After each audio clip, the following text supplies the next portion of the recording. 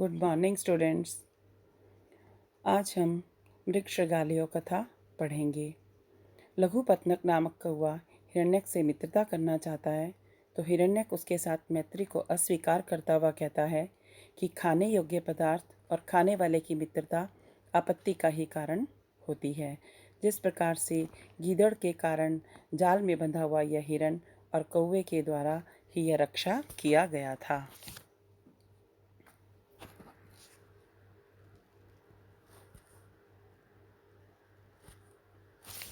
अस्ति मगध देशे चंपकवती नाम अरण्यानि। मगध देश में चंपकवती नामक एक विशाल अरण्य अर्थात जंगल था। तस्याम चिरान महता स्नेहेन मृगकाकौ निवसतः। तस्याम जिसमें चिरात बहुत समय से स्नेहेन स्नेहपूर्वक मृगकाकौ निवसतः एक हिरण और एक कौवा रहता था। स च मृगः स्वेच्छया ब्राह्मण हृष्टपुष्टांग केनचित श्रृगालेन अवलोकितः। सह च और उस हिरण को स्वेच्छया ब्राह्मण अपनी इच्छा अनुसार स्वच्छंद पूर्वक भ्रमण करते हुए हृष्टपुष्ट अंगः मोटे ताजे शरीर से युक्त केनचित श्रृगालेन किसी गीदड़ ने अवलोकितः देख लिया। उस हिरण को स्वच्छंद पूर्वक घूमते हुए मोटे ताजे शरीर से युक्त किसी गीदड़ ने देख लिया। तम दृष्टवा शृगालो अचिंत्यत। तम दृष्टवा उसको देखकर शृगालः अचिंत्यत गीदड़ सोचने लगा, आहा कथम एतन मासम सुललितम भक्षयामि।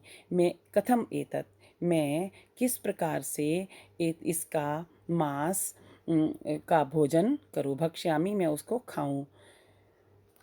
भवतु अच्छा विश्वासम तावत उत्पादयामि तो अच्छा मैं पहले विश्वास पैदा कर लेता हूँ। इति आलोच्य उपसरपति अब्रवीत। ऐसा सोचकर आलोच्य सोचकर उपसृत्य पास में जाकर अब्रवीत कहने लगा, मित्र कुशलम ते। हे मित्र आप कुशल हैं। मृगेण उक्तम हिरण ने पूछा, कह तुम कौन हो। सैब्रूते उसने कहा, क्षुद्र बुद्धि नामा जम्बू का अहम। मैं क्षुद्र बुद्धि नाम का गीदड़ हूँ। जम्बुक शृगाल मीन्स भी गीदड़ होता है और जम्बुक मीन्स भी गीदड़ होता है। मैं क्षुद्र बुद्धि नाम का गीदड़ हूँ। अत्र अरण्य इस जंगल के प्रदेश में बंधुहीन है बंधुओं के अभाव में मृतवत निवसामी मैं मरे हुए के समान में रहता हूँ। इदानी त्वाम मित्रम आसाद्य अब तुम्हें मित्रम आसाद्य मित्र बनाकर पुनः स बंधु जीवलोकम बंधु सहित होकर इस संसार में प्रविष्ट अस्मि प्रवेश कर रहा हूँ। अधुना तब अनुचरेण अब आपका ये अनुसेवक मया सर्वथा भवितव्यम पूरी तरह से ये रहना है। मृगेण उक्तम हिरण ने कहा, एवमस्तु ऐसा ही हो। तथा पश्चात अस्तंगते सवितरी भगवती मरीचि मालिनी तौ मृगस्य वास भूमिम गतो। ततः पश्चात इसके पश्चात मरीचि मालिनी किरणों के समूह को धारण करने वाले भगवती सवितरी भगवान सूर्य के अस्तंगते छिप जाने पर तौ मृगस्य वास भूमिम गतो वे दोनों हिरण के वास भूमि अर्थात निवास स्थान पर गतौ अर्थात चले गए। तत्र चंपक शाखायाम सुबुद्धि नामा काको मृगस्य चिरमित्रम निवसति। तत्र वहाँ पर चंपक शाखायाम चंपक वृक्ष की डाली पर सुबुद्धि नामा का कहा सुबुद्धि नाम का कौवा मृगस्य चिरमित्रम मृग अर्थात हिरण का चिर अर्थात बहुत पुराना मित्र निवसति रहता था। तब वहाँ पर चंपक वृक्ष की डाली पर सुबुद्धि नामक कौवा हिरण का बहुत पुराना मित्र रहता था। तौ दृष्टवा उन दोनों को देखकर काकः अवदत कौवे ने पूछा, सखे चित्रांग हे मित्र चित्रांग क्या अयम द्वितीय यह दूसरा कौन है? मृगः ब्रूते, हिरण ने कहा, जम्बुकः अयम, यह गीदड़ है। अस्मत् सख्यम इच्छन आगत है, हमारे साथ मित्रता करने की इच्छा से आया है। सख्य अर्थात मित्र, इच्छन इच्छा से आया है। काको ब्रूते, कौवे ने कहा, मित्र, अकस्मात आगंतुना से मैत्री न युक्ता, हे मित्र, अचानक से आगंतुना आए हुए के साथ मित्रता करना न युक्ता अर्थात उचित नहीं है, जैसा कि कहा गया है। अज्ञात कुलशीलस्य वासो देयो न कस्यचित् मार्जारस्य ही दोषेन हतो गृद्धो जरदगवः। जब हिरण गीदड़ को अपने घर ले जाता है तो हिरण का मित्र कौवा उससे कहता है कि अज्ञात कुलशीलस्य कस्यचित् वासो न देया, जिसका कुल व आचरण, जिसका परिवार या आचरण व्यवहार का पता नहीं है, न कस्यचित, ऐसे किसी को भी घर में स्थान नहीं देना चाहिए। मार्जारस्य दोषेन हतो गृद्धो जरदग्रवः। जिस प्रकार से बिलाव के अपराध से, मार्जार कहते हैं बिलाव को, बिलाव के अपराध से जरदगीव नामक गीध मारा गया था। कहने का भाव है कि जिस व्यक्ति के ना तो वंश का पता है और ना उसके आचरण के विषय में ज्ञान है, उसे अपने घर में नहीं रखना चाहिए। इस सुक्ति के आधार पर सुबुद्धि नामक कौवा गीध और बिलाव की कहानी सुनाते हुए कहता है कि किस प्रकार बिलाव के अपराध से जरदगव नामक गीध मारा गया था। ताव आहतु कथम एतत्, वे दोनों बोले, वह कैसे हुआ? काकः कथयति, कौवा, तब कौवा कहता है। अब इसके बाद वृद्ध गृद्ध मार्जारयो कथा, बूढ़े गीध व बिलाव की कहानी आरंभ होती है। अस्ति भागीरथी तीरे गृद्धकूट नामनी पर्वते महान परकटी वृक्ष है। भागीरथी अर्थात गंगा नदी के तट पर किनारे पर गृद्धकूट नाम का पर्वत महान परकटी वृक्ष, एक बहुत बड़ा पाकड़ का पेड़ था। गंगा नदी के किनारे पर गृद्धकूट नामक पर्वत पर एक बहुत बड़ा पाकड़ का पेड़ था। तस्य कोटरे, उसकी कोटर में अर्थात खोखल में, दैव दुर्विपाकात, दुर्भाग्य के कारण, गलित नख नयना, गल गए हैं नाखून और आँखें, अर्थात नाखूनों और आँखों की शक्ति से रहित, जरदगव नाम का गृद्ध निवसती, एक गीध रहता था। अथ कृपया तत्जीवनाय तत्वृक्षवासिनः पक्षिणः स्व आहारात् किंचित किंचित उद्धृत्य ददति। अथ कृपया, इसी कारण, कृपा करके, दया करके, तत्जीवनाय, उसके जीवित रहने के लिए, तद वृक्षवासी ने, उस पेड़ पर रहने वाले, पक्षिणः पक्षीगण, स्व आहारात, अपने अपने भोजन से, किंचित किंचित, कुछ ना कुछ या थोड़ा थोड़ा, उद्धृत्य निकाल कर, ददती दे देते थे। तेन असौ जीवती, जिससे वह जीवित रहता था। तेषाम शावक रक्षाम च करोति, और वह उनके, शावक कहते हैं बच्चों को, उनके बच्चों की रक्षा करता था। गंगा नदी के किनारे पर गृद्धकूट नामक एक पर्वत था। उस पर्वत पर एक बहुत बड़ा पाकड़ का वृक्ष था। उसकी खोखल में दुर्भाग्य के कारण नाखूनों और आँखों की शक्ति से रहित जरदगव नाम का एक गीध रहता था।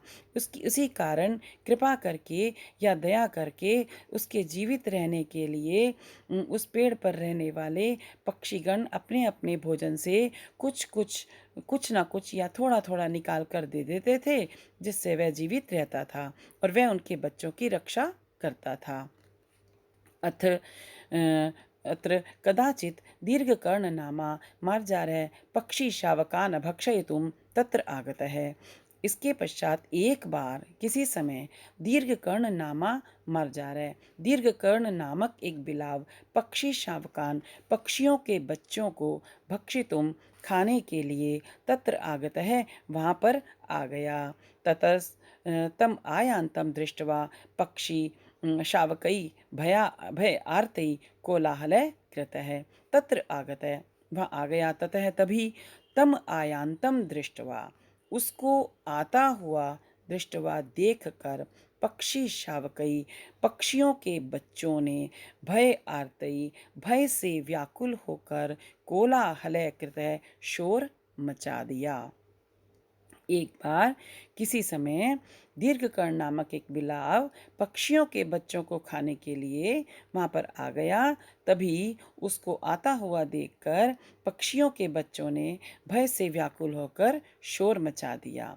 ततश्रुत्वा उसको सुनकर जरद गवेन उक्तम जरद गव गीध बोला क्या अयम आयाति यह कौन आ रहा है।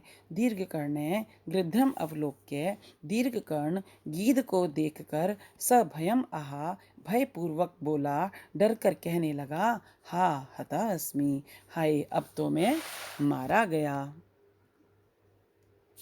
तावद् भयस्य भेतव्यं यावद् भयम् अनागतम् आगतं तु भयं वीक्ष्य नरः कुर्याद् यथोचितं भयस्य तावत् भेतव्यम। दीर्घकर्ण बिलाव जब पक्षियों के बच्चों को खाने आता है तो वह कोटर से एक गीध का स्वर सुनता है। तब बिलाव कहता है कि भयस्य तावत् भेतव्यम भय से डर से तभी तक डरना चाहिए यावत भयम अनागतम जब तक डर सामने नहीं आता है। और आगतम तु भयम वीक्ष्य आए हुए डर को वीक्ष्य देख कर मनुष्य को यथा उचितम कुर्यात उसके अनुसार उसके उचित उपाय करना चाहिए। कहने का भाव है कि यदि डर सामने नहीं है यदि भय सामने नहीं है तो कैसा डर। जब भय सामने हो तो उसे दूर करने का अवश्य उपाय करना चाहिए। दीर्घकर्ण बिलाव सोचता है कि अभी तो गीध सामने नहीं आया है अतः उससे क्या डरना और सामने आने पर देखा जाएगा तब कोई उपाय कर लेंगे। अधुना अस्य सन्निधाने पलायितुम अक्षमः अधुना अब अस्य सन्निधाने इसके पास में होने पर पलायितुम अक्षमः भागने में भी मैं अक्षम हूँ अर्थात समर्थ नहीं हूँ। तद्यथा भवितव्यम तद भवतु इसलिए यथा भवितव्यम जैसा होगा तद भवतु वैसा ही सही। तावद विश्वासम उत्पाद्य लेकिन विश्वास को पैदा करके अस्य समीपम उपगच्छामि इस गीध के पास में जाता हूँ। इति आलोच्य यह विचार करके उपसृत्य पास में जाकर अब्रवीत वह कहने लगा आर्य त्वाम अभिवंदे हे आर्य मैं आपकी वंदना करता हूँ मैं आपको नमस्कार करता हूँ। वृद्धो अवदत् गीध कहने लगा क्या तुम कौन हो। सह अवदत् वह बोला उसने उत्तर दिया मार्जारा अहम मैं बिलाव हूँ। गृध्रा ब्रूते गीध ने कहा दूरम अप्सर तुम दूर भाग जाओ नो चेद नहीं तो हंतव्य असी मया मैं तुमको मार डालूंगा। मार्जारा अवदत् बिलाव बोला श्रूयताम तावद अस्मद वचनम सुनो जरा मेरी बात को सुन लीजिए। ततो यद्यहम वध्यस्तदा हंतव्यम तो इसके बाद यदि मारने में वध्य हुआ यदि मैं मारने योग्य हो जाऊं तो मुझे मार देना। अब इस गीध के पास में होने पर मैं भागने में असमर्थ हूँ इसलिए अब जैसा होगा वैसा ही होगा देखा जाएगा।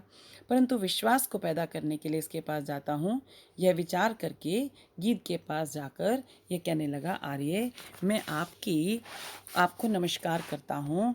गीध ने कहा तुम कौन हो। उसने उत्तर दिया मैं बिलाव हूँ। गीध ने कहा दूर भाग जाओ नहीं तो मैं तुम्हें मार डालूंगा। बिलाव बोला जरा मेरी बात सुन लीजिए इसके बाद यदि मैं मारने योग्य हूँ तो मुझको मार देना।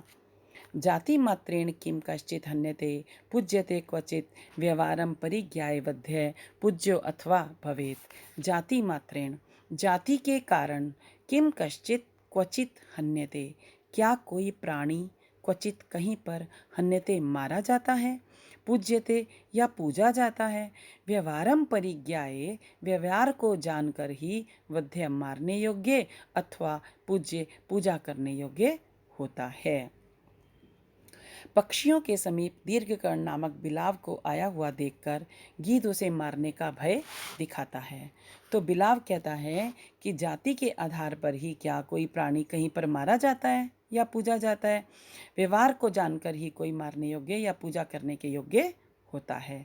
भाव यह है कि किसी भी प्राणी की हत्या उसकी जाति के आधार पर नहीं की जाती, ना ही जाति के आधार पर उसका सम्मान किया जाता है। उसके अच्छे बुरे व्यवहार के आधार पर ही प्राणी का सम्मान या हत्या की जाती है। बिलाव भी कहता है कि आप जाति को जानकर ही मेरी हत्या क्यों कर रहे हैं।